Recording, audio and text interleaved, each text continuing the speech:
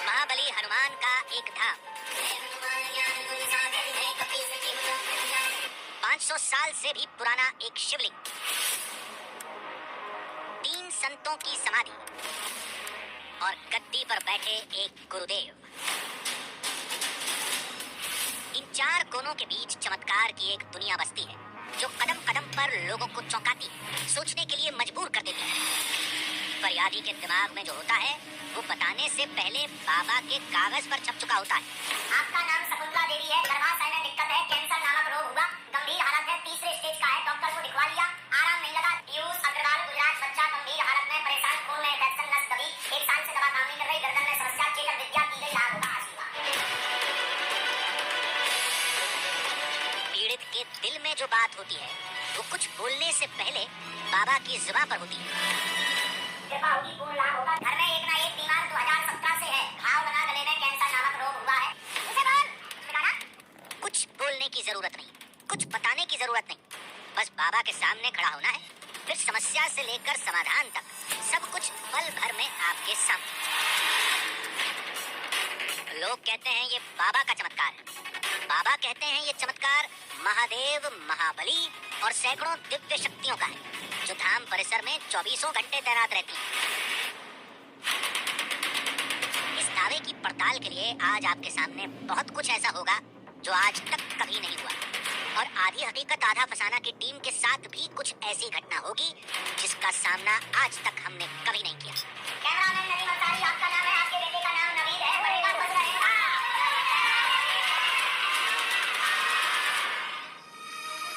आधी हकीकत आधा फसाना, मन की बात जान लेने वाले को अंतर्यामी कहा जाता है, और दिव्य ग्रंथों के मुताबिक अंतर्यामी तो सिर्फ भगवान होते हैं। लेकिन धरती पर भी कुछ ऐसे लोग हैं जो बिना बताए सामने वाले की मन की बात जान लेने का दावा करते हैं।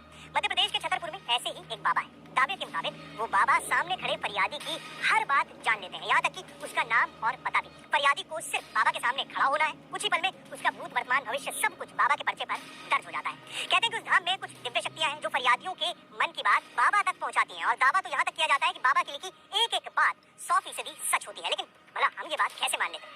चलिए चलकर देखते हैं बाबा के धाम में जो होता है वो कैसे होता है। बिना बताए सब कुछ जान लेना ये तो भगवान का काम है। ये कौन सा इंसान है जो भगवान की तरह अंतर्यामी है? पता नहीं ये चमत्कार है या चालबाजी, ये लोगों की आस्था है या कोई अंधविश्वास।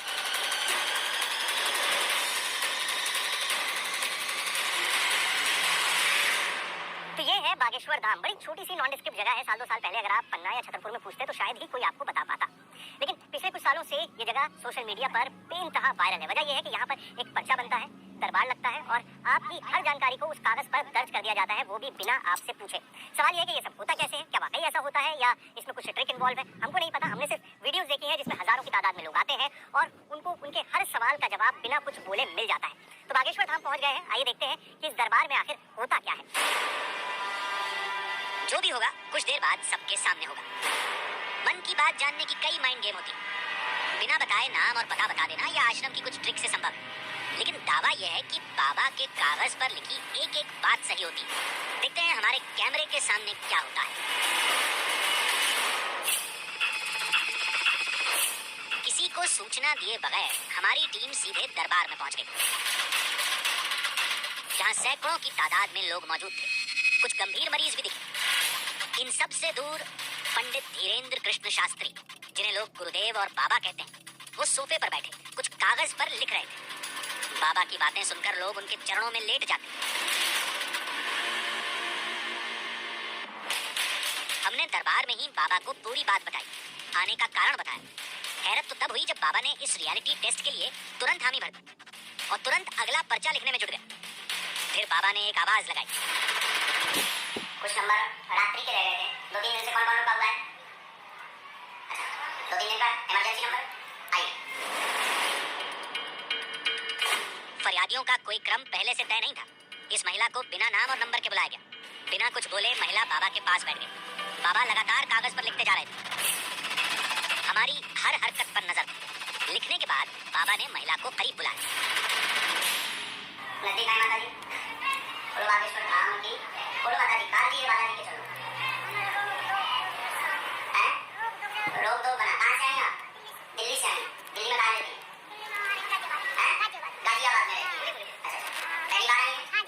प्रश्न बताया? हमें किसी ने बताया था, कोई छतरपुर की रहती तो पंडित जी, अच्छा, उन्होंने दिल्ली में बताया। रहते हैं। हाँ, उन्होंने किसी को आपने अपनी परेशानी तो नहीं बताई? हाँ, नहीं ऐसे- पूछिए, क्या पूछना है? हम पढ़वाएं आपको? पढ़ी लिखी हैं? नहीं, हम पढ़े लिखे अब और नहीं। बढ़िया, किसको पढ़वा दें?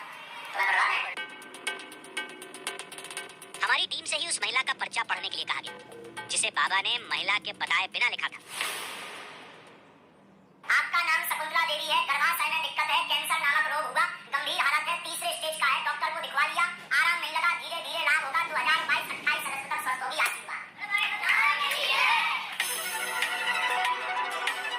पर्चे पर बाबा की बताई सारी बातें लिखी थी, वो भी नाम के साथ। बाबा ने नाम भी नहीं पूछा था।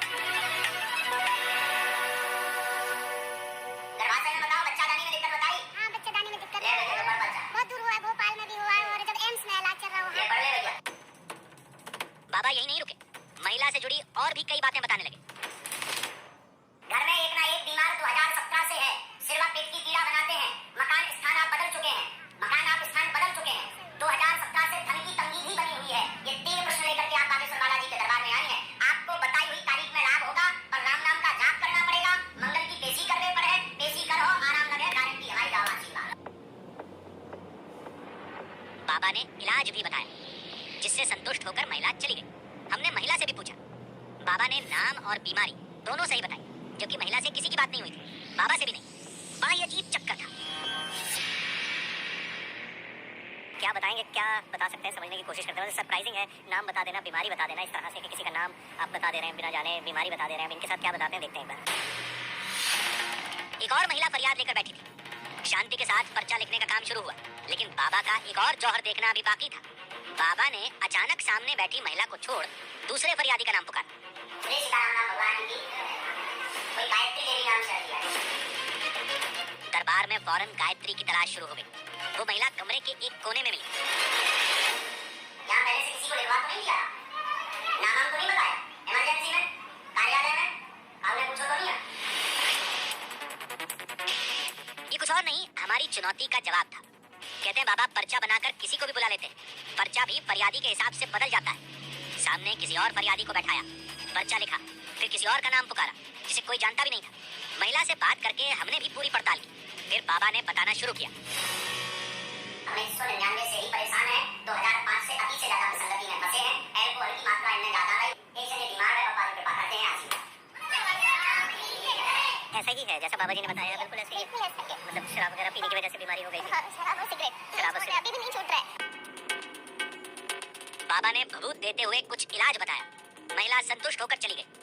हमारी दिलचस्पी इलाज में नहीं, बीमारी पता करने में थी। इलाज के नतीजे का सबूत भी कुछ देर में हमारे सामने आ गया। पंजाब का एक शख्स उपहारों के साथ बाबा से मिलने पहुंचा, जिसके मुताबिक बाबा के आशीर्वाद से उनका बच्चा बोलने लगा है। हमने उस शख्स से अकेले में बात की। इसमें लिखा हुआ है कि बालक आपका मंदबुद्धि का, दिमाग कमजोर तथा जन्मजात ब्रेन नस पितु दोष कारण से मूद बाधा का प्रभाव, मतलब मृगी का दौरा पड़ता है।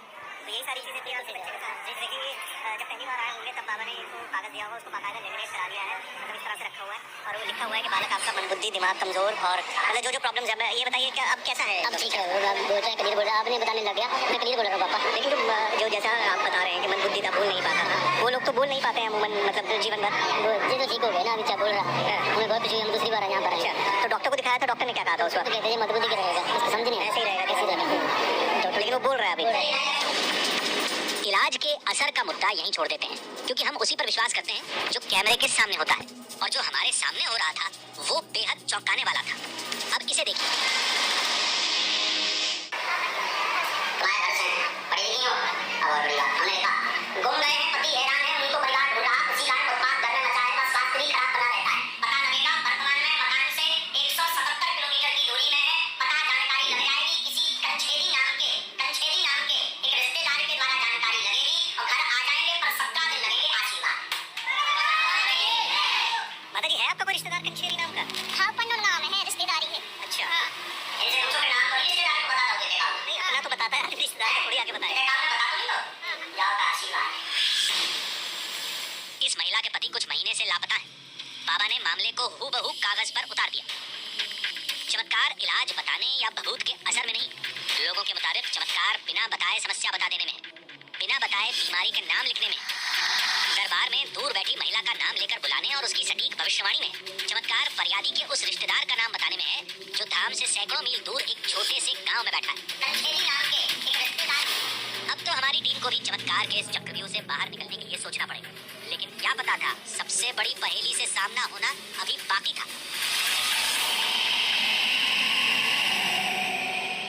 आधी हकीकत आधा फसाना। देखिए, होने को तो कुछ भी हो सकता है। ये भी हो सकता है कि दरबार में पहले से ही धाम के लोग बैठे हों।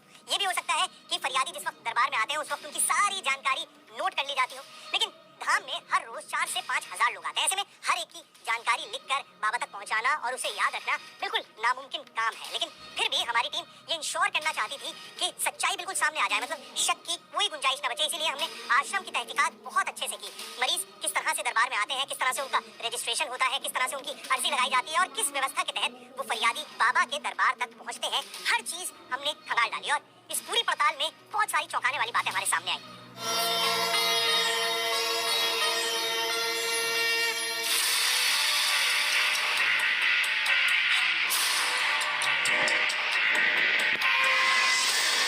धाम में उमड़ी इस भीड़ को देखिए, लोग इससे भी ज्यादा तादाद में पहुंचते हैं। आखिर आस्था की वो कौन सी डोर है जो लोगों को इतनी दूर खींच लाती है? हमारी टीम अब इसी पड़ताल में जुट गई।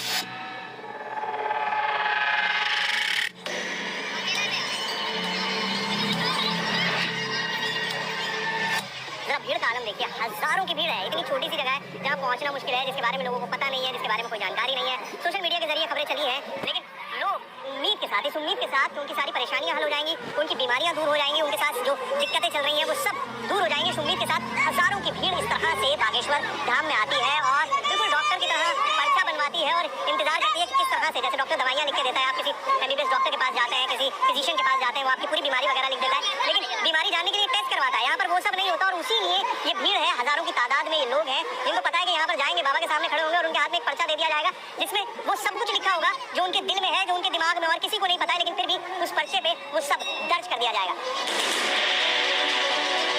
पहले ये पता करते हैं कि धाम में आने और बाबा के सामने पहुंचने के बीच फरियादी कितनी प्रक्रिया से गुजरते हैं। हो सकता है रहस्य इसी में छुपा। धाम पहुंचने पर फरियादी को सबसे पहले रजिस्ट्रेशन कराना होता है इस जगह। यहीं से टोकन मिलता है और टोकन लेने के दौरान कुछ जानकारी देनी होती है।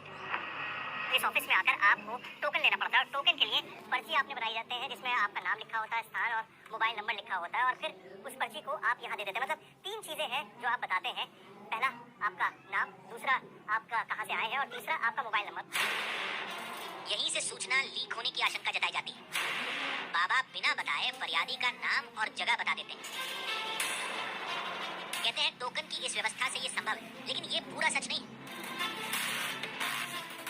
ये नंबर इमरजेंसी वाले लगते हैं जो टोकन सिस्टम के अलावा प्रति दिवस 30 से 40 इमरजेंसी आती है। हम सबको उनका नाम लिख लेंगे, उनकी बीमारी लिख लेंगे। इसके अलावा जो 60 टोकन नंबर प्रतिदिन बांटते हैं या भीड़ में से 1000 लोगों में से बुला लेते हैं, तो ये तो पॉसिबिलिटी नहीं है कि 1000 लोगों में से 1000 लोगों की उनकी समस्या लिख के रखें और किसी से भी जाके कहते हैं कि आप किसी को भी उठा लें, ये पर्चा उसी का होगा। ये तो पॉसिबिलिटी नहीं है ना, तो ये नहीं है।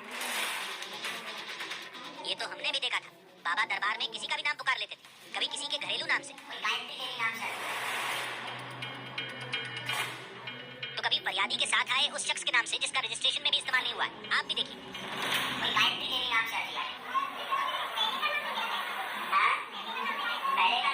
नाम वगैरह किसी ने पूछा आपसे? कोई नाम वाम आपने नहीं बताया?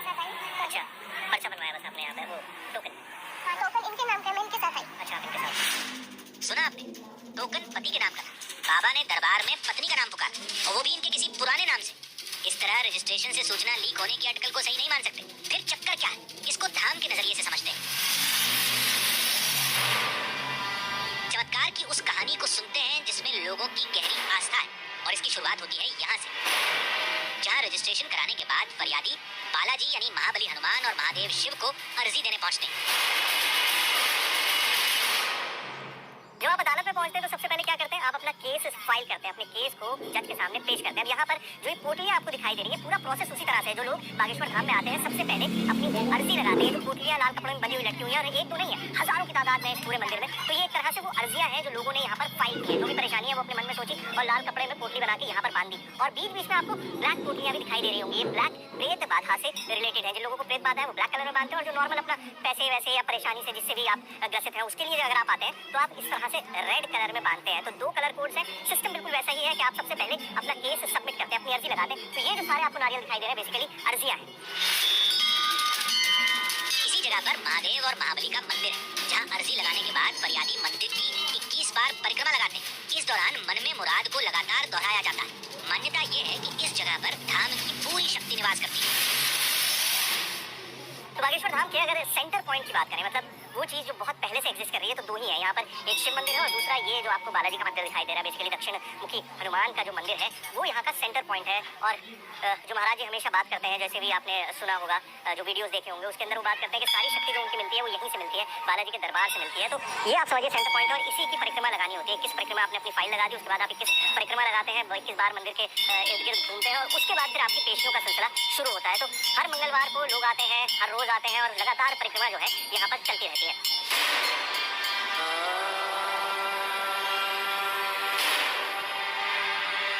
इसी जगह पर 3 संतों की समाधि है। कहते हैं ये बाबा के गुरु हैं, जिनकी शक्ति आज भी इस धाम के अंदर समाहित है। चलिए अब आपको ये बताते हैं कि धाम की इस जगह को शक्ति का केंद्र क्यों कहते हैं। इस जगह पर 4 चीजें। पहला, बालाजी यानी महाबली हनुमान की प्रतिमा। दूसरा, महादेव की प्रतिमा। तीसरा, बाबा के गुरुओं की समाधि। और इसी जगह मन्नत के नारियल बांधे जाते हैं, जिसकी 21 परिक्रमा करते हुए फरियादी मन्नत को दोहराते हैं। दावा यह है सैकड़ों साल पुरानी मूर्तियों और समाधि की दिव्य शक्ति की वजह से इस जगह पर हजारों अलौकिक शक्तियों का वास है, जो लोगों की मन्नत की जानकारी बाबा तक पहुंचाती है। और बाबा बिना किसी के कुछ बोले, बिना कुछ बताए मन की सारी बातें जान जाते हैं। कोई भी आता है तो अलग अलग प्रकार की अर्जी लगती है, यानी भूत प्रेत यानी तांत्रिक भूत जिनको रहता है उनके लिए काले कपड़े में अर्जी बांधी जाती है, और जो मनोकामना रहती है उसके लिए रेड कपड़े में, और शादी ब्याह के लिए येलो कपड़े में 21 परिक्रमा लगा के जो मनोकामना होती है वो बालाजी के यहाँ बोलते हैं, और उनसे वो करके जो वहाँ वो करते हैं वही महाराज जी के पास खबर आ जाती है। अगर आपको भूत प्रेत से संबंधित कोई भी बाधा है, भूत प्रेत प्रसाद से संबंधित आपको कोई भी शक्ति पड़ेगी, ये सबसे बड़ी शक्ति है। ये गुरुदेव उपस्थित हो या ना हो, गुरुदेव अगर धाम से बाहर भी हो ना तब भी ये होता है। जो लोग लंबे समय से आ रहे हैं, बाबा से मिलते हैं, धाम की व्यवस्था से जुड़े हैं, इनका दावा है कि धाम की अलौकिक शक्तियों का एहसास कई बार किया गया है। लोगों ने कहा उन अलौकिक शक्तियों का एहसास करना है तो प्रेत दरबार पहुंचिए, जहां बाबा पीड़ितों को चुटकियों में ठीक कर देते हैं। हमने भी उधर का रुख किया। तभी मुझे बताया गया है कि प्रेत दरबार लगता है। प्रेत दरबार मतलब यहाँ पर जिन लोगों के ऊपर प्रेत का साया होता है, जैसा लोग मानते हैं, वो यहाँ पर आते हैं और उनका इलाज होता है। किस तरह से होता है आइए देखते हैं। पूरे दरबार में अजीब हरकतें हो रही, कोई चीख रहा, कोई चिल्ला रहा, कोई सिर पटके जा रहा। कुल मिलाकर माहौल बेहद भयानक लग रहा। लेकिन बाबा भी यहाँ पर आए भी नहीं है, सिर्फ ये आरती यहाँ पर आई है और यहाँ का माहौल बदल गया। अभी तक जो महिलाएं बहुत शांत बैठी हुई थी, वो अजीबोगरीब तरीके से चीखना, चिल्लाना और शोर मचाना शुरू कर दिया। आप बिलीव नहीं कर सकते कि अभी चंद मिनटों पहले तक ये सब लोग ठीक बैठे हुए हैं। अभी बाबा जी नहीं आए हैं, लेकिन उसके बावजूद प्रेतों की हालत आपके सामने। तभी दरबार में बाबा पहुंचे और देखते ही देखते दरबार में चीख पुकार और तेज हो। बाबा के हाथ हरकत में आए, कुछ मंत्र बुदबुदाना शुरू किया और इसके साथ ही लोग तड़पने लगे। ये देखिए, एक उंगली का इशारा होता है और सारे लोग जो हैं वो अजीबोगरीब तरीके से फ्रेंजी में आ जाते हैं, नाचना शुरू कर देते हैं। आप सिर्फ ये देखिए, यहाँ पर इस तरह से एक हाथ का छोटा सा इशारा है, एक हाथ का छोटा सा इशारा है, उंगलियों का इशारा है, और उसके बाद एक पूरे क्राउड में एक अजीब फ्रेंजी डेवलप हो जाती है, अजीब चीख पुकार लगती है, नाचना शुरू कर देते हैं। सिर्फ हाथ का इशारा कर रहे हैं, बाबा सिर्फ हाथ से इशारा कर रहे हैं, और ऐसा लग रहा है जैसे कोई करंट वो छोड़ दे रहे हैं इस भीड़ के अंदर, और उस करंट की वजह से ये इस तरह से चीखना, चिल्लाना और नाचना शुरू कर देते हैं। फिर बाबा ने गदा घुमाई और माइक पर मंत्र बोलने लगे। अब दरबार का माहौल भयानक रूप ले चुका था। मंत्रों का जाप जारी रहा। अचानक सब कुछ धीरे धीरे शांत होने लगा। कुछ देर पहले जो महिलाएं मंत्रों को सुनकर चीख रही थीं, वो अब शांति के साथ भगवान की पूजा के बाद आरती ले रही। क्या हो गया था? हमको घर में तबीयत सही नहीं रहती थी और तबीयत खराब होती थी, और एक रोज बाबा तंग करते हैं, तो घर में शांति नहीं रहती। तुमने डॉक्टर को दिखाया था कभी?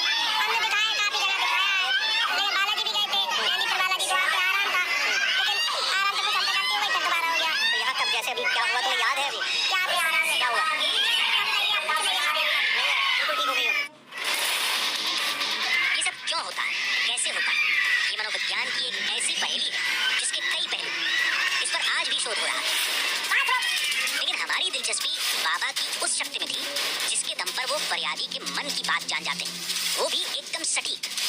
इसके लिए हमने एक जाल बिछाया, लेकिन पड़ताल करते करते हम भी रहस्य के उस जाल में आधी हकीकत आधा फसाना, चमत्कार के सारे दावे, सारी तस्वीरें एक तरफ और दरबार में जो हो रहा था वो एक तरफ। बाबा क्या करते हैं, क्या कर सकते हैं और क्या क्या करते रहे हैं, इससे हमें कोई लेना देना नहीं था। हमें मतलब सिर्फ उससे था जो हम दरबार में देख रहे थे और हम चाहते थे कि हम उसकी तह तक पहुंच सके। बाबा किस तरह से पर्चा बनाते हैं, किस तरह से उन्होंने भीड़ में उस महिला को उसके घरेलू नाम से पुकारा, ये सारी चीजें बड़ी इंटरेस्टिंग है और हम इसके बारे में जानना चाहते थे। फिर हमारी टीम ने यह फैसला किया कि अब तक फरियादियों को बाबा बुलाते रहे हैं, अब फरियादियों को हम चुनेंगे। हम उनकी सारी परेशानियों को पहले से एक कागज पर नोट करेंगे और फिर उन्हें बाबा के दरबार में पेश करेंगे और फिर देखेंगे कि हमारा पर्चा और बाबा का पर्चा कितना मेल खाता है। देखिए, ये हमारा बड़ा सदा हुआ फार्मूला है जिसे हम पहले भी कई बार इस्तेमाल कर चुके हैं, लेकिन इस बार हमारा ये फार्मूला हमारी ही टीम पर भारी पड़ गया।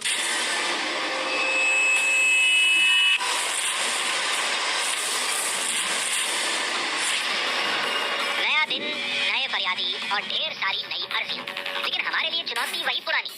बाबा मन की बात कैसे जान जाते हैं, बिना बताए फरियादी की बीमारी कैसे बता देते हैं। इसके लिए अपने पुराने फॉर्मूले को लागू करने का वक्त आ गया था। दरबार के एक फरियादी को लेकर हमारी टीम कमरे से बाहर निकली। देखिए, जैसे मैंने आपसे कहा कि बागेश्वर धाम का रियलिटी चेक हम करेंगे। अब पर्चे तो बाबा बनाते हैं तो बाबा ही बनाएंगे, लेकिन मैं उससे पहले एक पर्चा खुद बनाऊंगा। मैंने आपसे कहा था कि मैं लिखूंगा यहाँ पर और ये समझने की कोशिश करेंगे कि जो हमने लिखा है उससे जो बाबा पर्चा बनाते हैं वो कितना मैच करता है। नाम बताइए पहले तो आप मुझे अपना। अर्जुन सिंह मेरा नाम है। अच्छा, और आपके बेटे का क्या नाम है? सचिन सिंह। और आपके बेटे का नाम है सचिन सिंह, ठीक है। तो देखिए, सबसे पहले मैंने नाम लिख लिया है। एक तरफ अर्जुन सिंह है फादर और सचिन सिंह इनके बेटे, मतलब दो चीज़ें हमने नोट कर ली। अब इसमें से एक नाम तो बाबा क्योंकि नाम बता देते हैं बहुत आसानी से तो बता पाएंगे। आप कहाँ से आए हैं? बैंगलोर। बैंगलोर से। ठीक है, ये मैंने बैंगलोर भी लिख लिया। और प्रॉब्लम क्या है? प्रॉब्लम इनको के टॉन्सिल गले में टॉन्सिल हो जाता है। अच्छा, सचिन के गले में टॉन्सिल हो जाता है, ठीक है। टॉन्सिल गले में, ठीक है। और जब भी इनका एग्जाम मैंने कुछ स्कूल का था तभी होता है। अच्छा, जैसे अब कल डॉक्टर को दिखाया? डॉक्टर को दिखाया, फिर डॉक्टर ने बोला ऑपरेशन होएगा। अच्छा, ऑपरेशन के लिए हमने डॉक्टर ने ऑपरेशन के लिए कहा जी, ठीक है। तो ये इन्फॉर्मेशन आप अपने पास नोट कर लीजिए, मैंने भी नोट कर ली। और अब जब बाबा इनका पर्चा बनाएंगे तब पता चलेगा कि वो क्या लिखते हैं। तो एक पर्चा हमने बनाया है, एक पर्चा बाबा बनाएंगे और फिर उन दोनों पर्चों को हम कंपेयर करेंगे, एक दूसरे से मिलाकर देखेंगे। उसी वक्त आपको दिखाएंगे भी कि क्या कहा गया। हमने जानबूझकर वो केस लिया जिसमें फरियादी ने कई महीने पहले टोकन लिया था। वजह यह कि टोकन लेने वाले को केवल फोन नंबर बताना होता है, जबकि इमरजेंसी नंबर में बीमारी समेत पूरी जानकारी देनी होती है। हालांकि ज्यादातर फरियादी टोकन वाले ही होते हैं, लेकिन एक केस से काम नहीं चलेगा। ऐसा भी तो हो सकता है कि सारे ही प्लांटेड हो। भाई वैसे 2000-4000 लोग प्लांट नहीं हो सकते, मुझे भी पता है, पॉसिबल ही नहीं है। इतनी दूर दूर से जो लोग आ रहे हैं, जाहिर बात है ना एक्टर्स है ना प्लांटेड है ना उनकी पहले से कोई जानकारी ली गई है, खुद बता रहे हैं। लेकिन फिर भी आपका डाउट क्लियर करने के लिए हमारे पास अवधेश है, ये हमारे सहयोगी हैं, हमारी ही टीम से हैं, हमारे ही साथ ही ये यहाँ आए हैं दिल्ली से। तो मैंने सोचा कि इनके भी तो मन में हो सकता है, आदमी ऐसी जगहों पर आता है किसी धाम पर तो सवाल होते हैं। तो अवधेश, तुम्हारे मन में कोई सवाल है, कोई जानकारी है जो तुम पूछना चाहते हो? हाँ सर, पूछना चाहता हूँ। अच्छा, तो पहले तो तुम मुझे पूरा नाम बताओ, मुझे भी नहीं पता इनका पूरा नाम क्या है। मेरा नाम अवधेश शर्मा। अवधेश शर्मा। और कहाँ के रहने वाले हो? मैं बुलंदशहर। बुलंदशहर, ठीक है। और सवाल बताओ, तुम्हारे मन में क्या है जो तुम जानना चाहते हो कि बाबा जी तुम्हारे बारे में बताएं। सवाल ये है कि मतलब तरक्की ऊपर जाने की, तरक्की कैसे होगी? अच्छा, पैसा कमाया जाए, कैसे कमाया जाए, तरक्की है। तरक्की और पैसा। कोई और ऐसा स्पेसिफिक चीज़ जो तुम चाहते हो कि जिसकी तुमको जवाब मिले? जैसे घर में तकलीफ वगैरह, जैसे बीमारी मारी जाती। अच्छा, घर में बीमारी, जैसे मेरी मम्मी बीमार है मेरी। ठीक है, घर में बीमारी है, मम्मी बीमार, हाँ ठीक है। चलो, मेरे ख्याल से इतना काफ़ी है या कुछ और भी है जो नहीं, तुम बस पूछना मम्मी को चाहते कम दिखाई देता है, मतलब उसकी हाँ। कम दिखाई देता है? हाँ। देखिए, ये बड़ी स्पेसिफिक चीज़ आई है कि मम्मी को कम दिखाई देता है, मम्मी को आंखों की प्रॉब्लम है। तो अब ये एक चीज़ है, जैसे वहाँ पर बड़ी स्पेसिफिक बीमारियाँ वो बता रहे हैं कि गले में है, सर में है, पेट में है। अब ये अवधेश का हमने लिखा है, एक तो पैसा और तरक्की। चलो मान लिया कि आदमी हिसाब लगा ले कि यंग आदमी आया है, यही पूछेगा क्या दिखाई कम देता है, मतलब माँ की आंख में प्रॉब्लम है, वो हम समझते हैं कि किस तरह से हो सकता है। आइए आगे भाई, आगे आ जाओ। हेलो सन्यासी बाबा की, बाबा दरबार में पहुंच चुके थे। श्री बालाजी सरकार की। हॉल खचाखच भरा था। सचिन अपनी बारी का इंतजार करी कितनी सच निकलती है। इन सभी का पर्चा पहले से ही हमारी जेब में था, जिसे बाबा के पर्चे से मिलाना था। सब कुछ पहले जैसा चलता रहा। तभी हमने बाबा से बोला, भाई 2-3 लोग हैं। जैसा जैसा आदेश होता है। जी। सचिन सिंह। अरे ये क्या, बाबा ने तो हमारे चुने हुए फरियादी को खुद ही बुला लिया। हमारी टीम सचिन सिंह को बुलाने वाली थी, ये बाबा को कैसे मालूम चला? थोड़ी ही देर में सचिन और उसके पिता बाबा के पास थे। बाबा ने पर्चा लिखना शुरू किया। कौन है बेटा? यहाँ पहले से किसी को परेशानी बताई? किसी ने पूछा आपसे? अच्छा नहीं बताई तो आप पढ़ो। लीजिए, आप पर्चा देखिए। गले में दिक्कत है, स्वास्थ्य ठीक नहीं, गले में छाले बने रहते हैं, पीड़ित रहते हैं,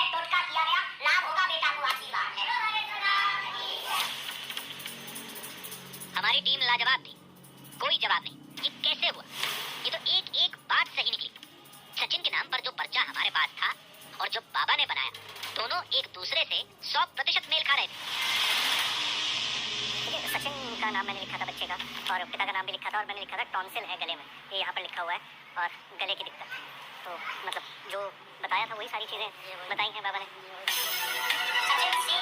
पहले बाबा ने खुद सचिन का नाम पुकारा, फिर पर्चे पर सचिन की बीमारी भी लिख दी। दावे के मुताबिक ये चमत्कार धाम की उन्हीं दिव्य शक्तियों का है जो सीधे बाबा के संपर्क में रहती है। इस घटना ने तो हमें चौंका कर रख दिया था। पड़ताल के पहलुओं को लेकर हमारी टीम उधेड़ बुनने लगी थी, तभी बाबा ने दूसरा झटका दिया।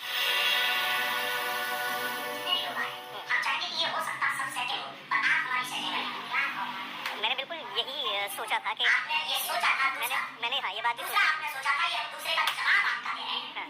अभी सोचा और पहले भी सोचा। सोचा दरबार में आने के पहले और दरबार को सचिन करने के पहले आपने सोचा, क्या सोचा? एक अपने का करके दिखाएं तब हम मानेंगे।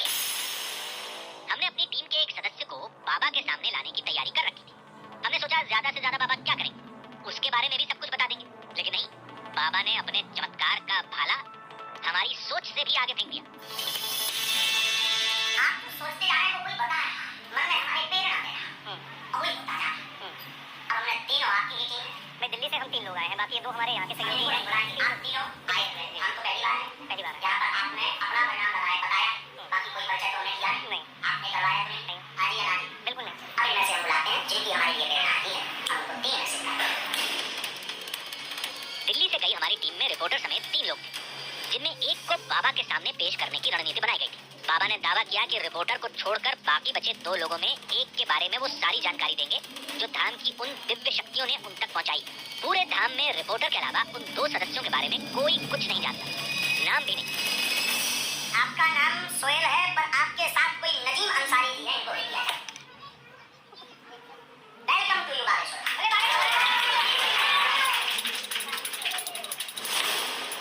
अरे ये तो हमारे कैमरामैन का नाम है, जो हमेशा कैमरे के पीछे रहते हैं, जिन पर लोगों का ध्यान भी नहीं रहता। फिर बाबा ने नाम कैसे बता दिया? हमने तो किसी और को पेश करने की योजना बनाई थी, लेकिन बाबा ने कैमरामैन का नाम ले लिया।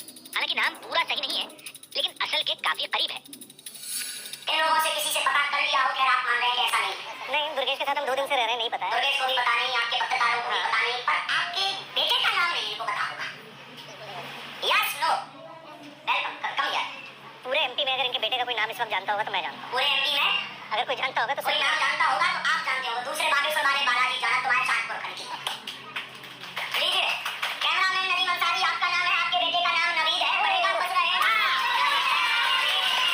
खुश रहेगा, और तुम्हारी जैसी हाइट का है, पढ़ेगा, बुद्धिमान है, आगे जाएगा, दोनों बच्चियां खुश रहेंगी। आशीर्वाद। इनके बेटे भी पता है, 2 दो बेटियां। बेटियां, वो भी पता है, सबसे छोटी बेटी है, वो भी हमें पता है। बिल्कुल ठीक। सबसे छोटी बेटी है, वो भी पता है। कुशीनगर के है, ये भी हमें पता है। कुशीनगर के रहने वाले हैं, वो भी हमें पता है। मामला थोड़ा चौंकाने वाला है, लेकिन किसी की निजी जानकारी फेसबुक और ट्विटर से निकाली जा सकती है। हमारे कैमरामैन का भी फेसबुक प्रोफाइल है, लेकिन बात केवल एक की नहीं। धाम में रोजाना 4 से 6 हजार लोग आते हैं। सबकी समस्या, बीमारी का नाम, रिश्तेदारों का नाम कागज पर लिख देना, फरियादियों को देखे बिना नाम से पुकारना, फरियादियों के साथ आए लोगों का भी नाम लेना, ये सब कैसे होता है?